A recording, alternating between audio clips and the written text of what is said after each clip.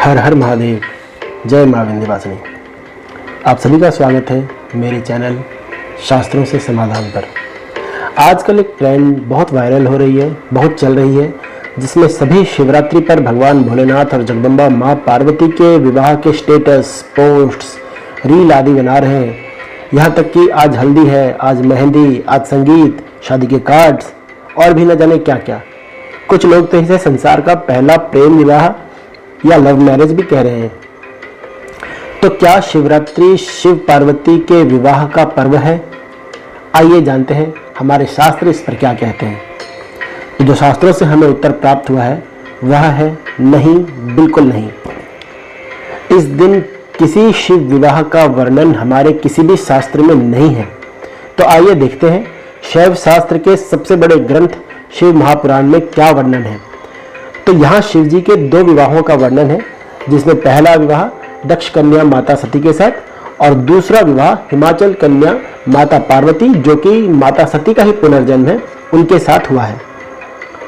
तो जो पहला विवाह हुआ है भगवान शिव का माता सती के साथ, उसके बारे में शिव महापुराण के रुद्र संहिता के सती खंड 18वें अध्याय के श्लोक संख्या 20 में यह वर्णन है कि अथ चैत्र सिते पक्षे नक्षत्रे भगदैवते त्रयोदश्याम दिने मानव निर्गच्छत स महेश्वरः।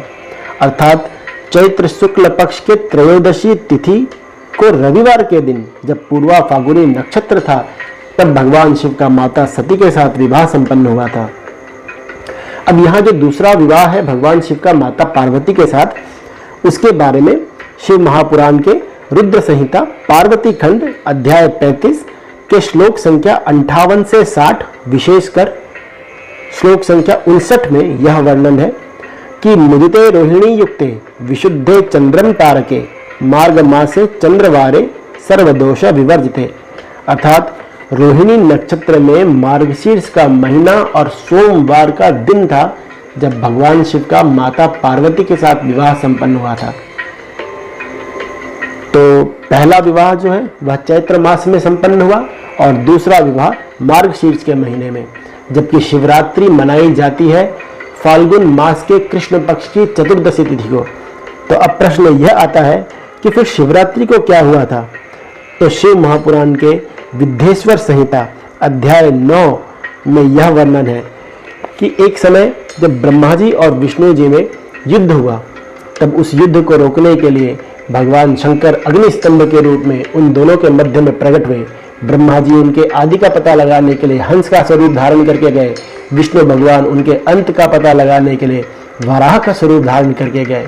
कई युग बीत जाने पर भी जब वे दोनों आदि अंत नहीं खोज पाए, तब केतकी फूल की झूठी गवाही दिलाकर ब्रह्मा जी ने तो मैंने आदि खोज लिया है यह दावा किया, जबकि विष्णु भगवान हार मानकर भगवान सदाशिव की स्तुति करने लगे।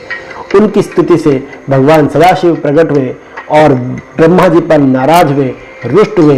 ब्रह्मा जी और केतकी फूल को भगवान सदाशिव ने श्राप भी दिया, किंतु ब्रह्मा जी ने फिर भगवान सदाशिव की स्तुति की और भगवान सदाशिव परब्रह्म है, परमात्मा है, परमेश्वर है। अधिक समय तक वे नाराज नहीं रह सकते, रुष्ट नहीं रह सकते। उन्होंने फिर से ब्रह्मा जी पर और केतकी पर अनुग्रह किया और जिस दिन भगवान शंकर लिंग के रूप में ब्रह्मा और विष्णु के मध्य में प्रकट हुए थे और ब्रह्मा और विष्णु ने अंबिका सहित भगवान सदाशिव के दर्शन किए थे, वह दिन शिवरात्रि का दिन था। और इसी दिन पहली बार ब्रह्मा जी और विष्णु जी के द्वारा शिव जी के लिंग के रूप में पूजा संपन्न हुई थी और उस पूजा से प्रसन्न होकर भगवान शिव उनसे जो कहते हैं वह सुनिए। तो विद्धेश्वर संहिता के अध्याय 9 श्लोक संख्या 9 से लेकर 13 तक जो वर्णन है वह ऐसा है कि दिन में ततः पुण्यम भविष्यति महत्तरम शिवरात्रि ख्याता तिथिरेशा मम प्रिया। अर्थात भगवान शंकर बोले कि हे पुत्रों, हे ब्रह्मा विष्णु, आज का दिन महान है। इसमें तुम्हारे द्वारा जो मेरी पूजा हुई है, इससे मैं तुम लोगों पर बहुत प्रसन्न हूँ।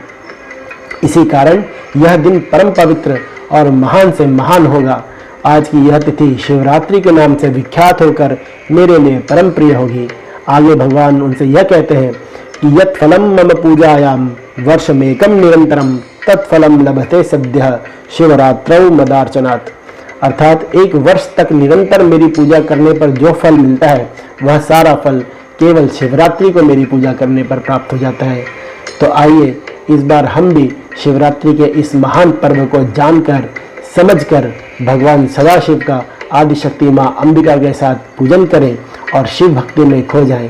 शास्त्रों का ऐसा वचन है कि जाने या अनजाने में किसी भी प्रकार किया गया शिव जी के प्रति कोई भी कर्म कभी निष्फल नहीं होता। शिव जी का किया हुआ व्रत कभी निष्फल नहीं होता। शिव जी के प्रति की हुई पूजा कभी निष्फल नहीं होती। शिव का नाम जप भी कभी निष्फल नहीं होता। तो आइए हम भी शिव जी का पूजन करके अपने जीवन को सफल बनाएं। हर हर महादेव। जय मां विंध्यवासिनी। आप सभी को शिवरात्रि पर्व की अनेकानेक बधाइयाँ।